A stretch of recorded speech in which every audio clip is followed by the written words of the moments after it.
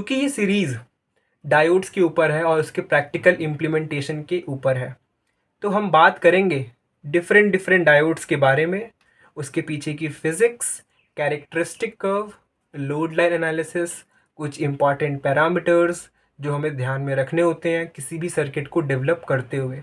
वो सर्किट हो सकता है आपका एक कंप्यूटर लॉजिक सर्किटरी हो, या हो सकता है वो एक एनालॉग सर्किट हो, या हो सकता है आपका वो एक पावर इलेक्ट्रॉनिक सर्किट हो।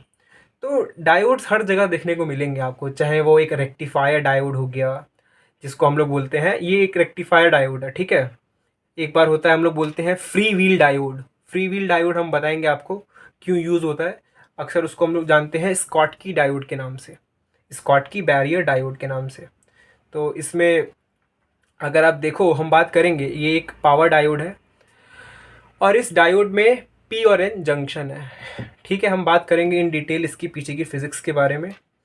और हालांकि अगर आप देखो टॉप राइट साइड में, तो आपके पास एक स्कॉटकी डायोड है जिसमें एक एन टाइप मटेरियल है और एक मेटल है, ठीक है। तो हालांकि इसका जो फॉरवर्ड वोल्टेज ड्रॉप जो है वो 0.3 वोल्ट है, और इन दिस केस ये इसका अगर देखें तो इसका 0.7 टू 0.8 वोल्ट है, depending upon the temperature.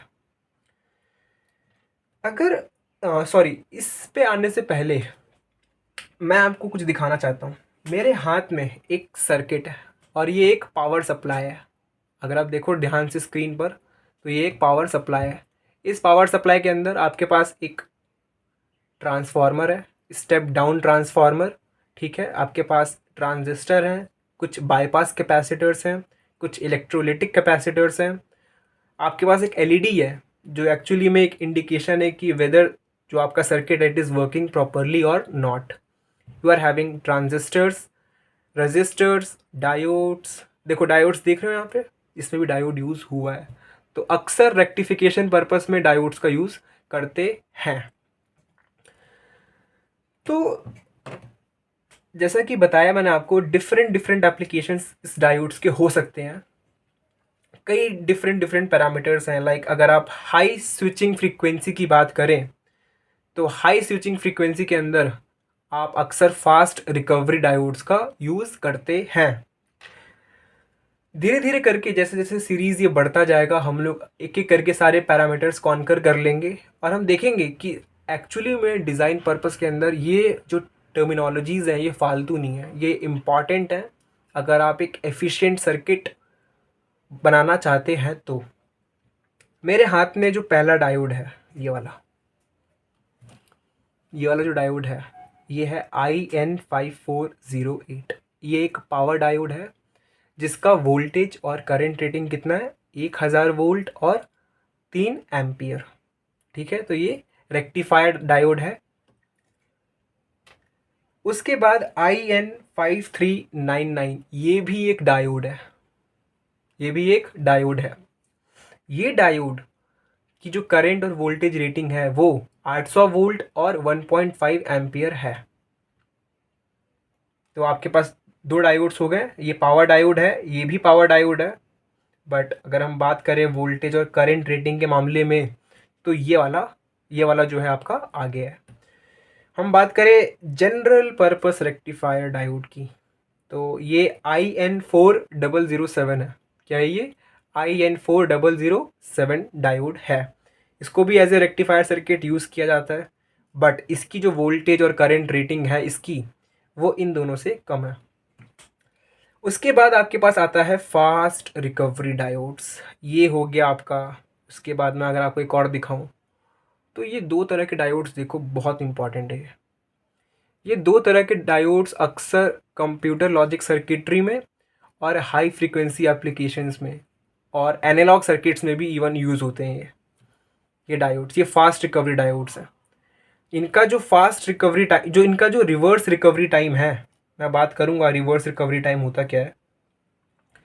Reverse recovery time जो है इन दोनों डायोड्स का जो रिवर्स रिकवरी टाइम है वो नैनो सेकेंड्स में है। अगर बात करें इन तीन डायोड्स की, तो इन तीन डायोड्स का जो रिकवरी टाइम है वो माइक्रो सेकेंड्स में है।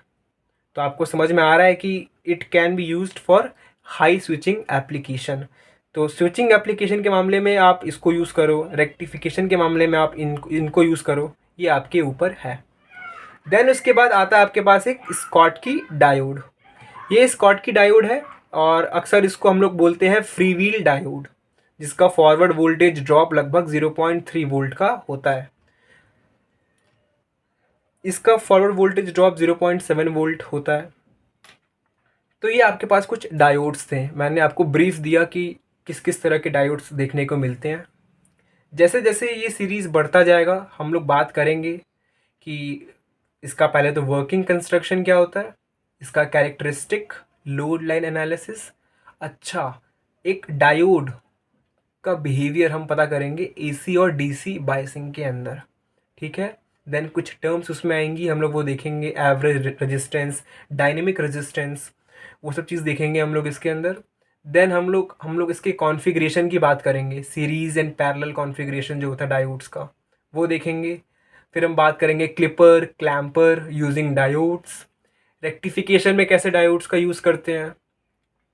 हम लोग चाहेंगे कि आप इसको इम्प्लीमेंट कर पाओ, ना सिर्फ थ्योरेटिकल, बट देखो कि एक्चुअली में जो पैरामीटर्स हैं वो बहुत कुछ कह रहे हैं अगर आप एक सर्किट डिज़ाइन कर रहे हो तो। अगर आप एक डेटा शीट का यूज़ करो किसी भी सर्किट डिज़ाइन में, तो वो एक गैप को ब्रिज करता है, जो एक गैप अक्सर मैन्युफैक्चरर और एक यूज़र के बीच में होता है। तो this is what I am saying कि जैसे जैसे लेक्चर बढ़ता जाएगा धीरे धीरे हम लोग सारे पैरामीटर्स देखेंगे, और हम देखेंगे कि कौन कौन से पैरामीटर्स हम देखते हैं अक्सर डिफरेंट डिफरेंट एप्लीकेशन के लिए। हम रेक्टिफिकेशन के ऊपर पूरा कैलकुलेशन करके दिखाएंगे कि अच्छा, जब आपको एक रेक्टिफायर बनाना है तो आप कैसे कैलकुलेशन करोगे। उस केस में आपको रिपल्स देखने को मिलेंगे, देन उन रिपल्स को कैसे आप कम कर सकते हो, ripple factor end voltage calculation हम लोग करके दिखाएंगे आपको। और ये रिपल फैक्टर और वोल्टेज कैलकुलेशन ये बहुत इंपॉर्टेंट होता है रेक्टिफायर सर्किट के अंदर, क्योंकि एक रिपल फैक्टर ऐसी चीज़ है जो बताएगा कि वेदर आपका जो रेक्टिफायर सर्किट है वो कितना एफिशिएंट है। एफिशिएंट इन द सेंस कि उसमें कितना एसी सिग्नल कम है, जितना कम एसी सिग्नल, एसी कंपोनेंट होगा उसके अंदर, उतना एफिशिएंट आपका वो रेक्टिफायर सर्किट होगा। मतलब हमारा जो मकसद होता है वो होता है डीसी कंपोनेंट को सबसे ज़्यादा रखना और एसी को कम से कम रखना। तो ये हमारा मकसद होता है रेक्टिफायर सर्किट के अंदर।